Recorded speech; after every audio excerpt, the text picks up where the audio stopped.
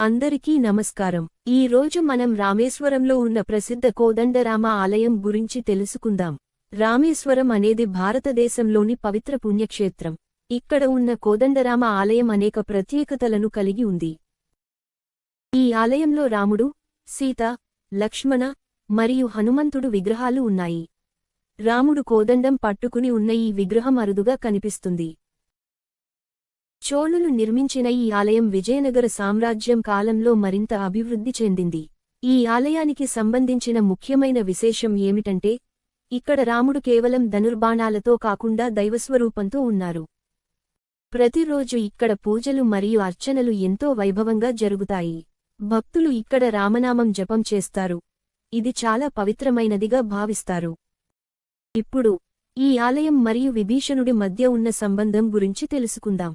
రామాయణం ప్రకారం రాముడు రావణుడి తమ్ముడు విభీషణుడికి లంక రాజ్యాన్ని అప్పగించాడు. విభీషణుడు తన పట్టాభిషేకానికి రాముణ్ణి ఆహ్వానించడానికి ఇక్కడకు వచ్చాడని చెబుతారు. విభీషణుడు రాముడికి తన కృతజ్ఞతలు తెలిపిన స్థలం ఇదే. రామేశ్వరం ప్రధాన ఆలయానికి కోదండరామ ఆలయం సుమారు 12 కిలోమీటర్ల దూరంలో ఉంది. ఇది రామేశ్వరం నగరానికి 2 కిలోమీటర్ల దూరంలో ఉంది. కోదండరామ ఆలయం దర్శనం ఒక్కసారి మరిచిపోలేనిది. ఈ పవిత్ర స్థలాన్ని తప్పక సందర్శించండి. Please share and subscribe.